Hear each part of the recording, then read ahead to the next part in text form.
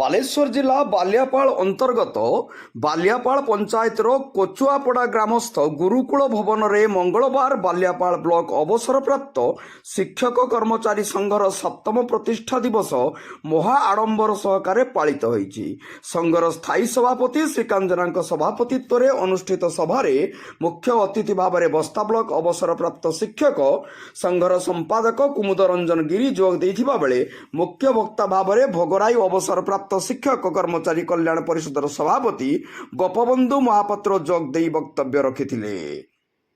ଏହି ପ୍ରତିଷ୍ଠା ଦିବସ ପାଳନ ଅବସରରେ ସଂଘ ପକ୍ଷରୁ ଚଳିତ ବର୍ଷ ବାଲିଆପାଳ ବ୍ଲକର ଶ୍ରୀ ହରିଚରଣ ଉଚ୍ଚ ବିଦ୍ୟାଳୟ ଦେଓଭୋଗର ଛାତ୍ର 10ମ ଶ୍ରେଣୀ ପରୀକ୍ଷାରେ ସର୍ବୋଚ୍ଚ 580 ନମ୍ବର ରଖିଥିବା ଆୟୁଷ ଜେନାଙ୍କୁ ସମ୍ବର୍ଦ୍ଧିତ କରାଯିବା ସହିତ 80 ବର୍ଷ ସମାଜସେବା କରିଥିବା ବଳଭଦ୍ର ଆଦକ, ଧ୍ରୁବଚରଣ ପାତ୍ର, ଶ୍ରୀନାଥ ଚନ୍ଦ୍ର ସାମନ୍ତରାୟ, ପୂର୍ଣ୍ଣଚନ୍ଦ୍ର ରାଜ, ଗୋଲକ ବିହାରୀ ଦେ, ବାଇଧର ସାହୁ, ସୁରେଶ ଚନ୍ଦ୍ର ଦାସ, ବ୍ରଜମୋହନ ପାଢ଼ୀ, କୁଳମଣି ବାରିକ, ବନବିହାରୀ ଦାସ ଅଧିକାରୀଙ୍କ ସହଯୋଗରେ ସମସ୍ତ କାର୍ଯ୍ୟ ସମାପନ ହୋଇଥିଲା। ବାଲିଆପାଳରୁ ଜ୍ୟୋତିରାଦିତ୍ୟ ପାତ୍ରଙ୍କ ରିପୋର୍ଟ, ଜନତା ଏକ୍ସପ୍ରେସ।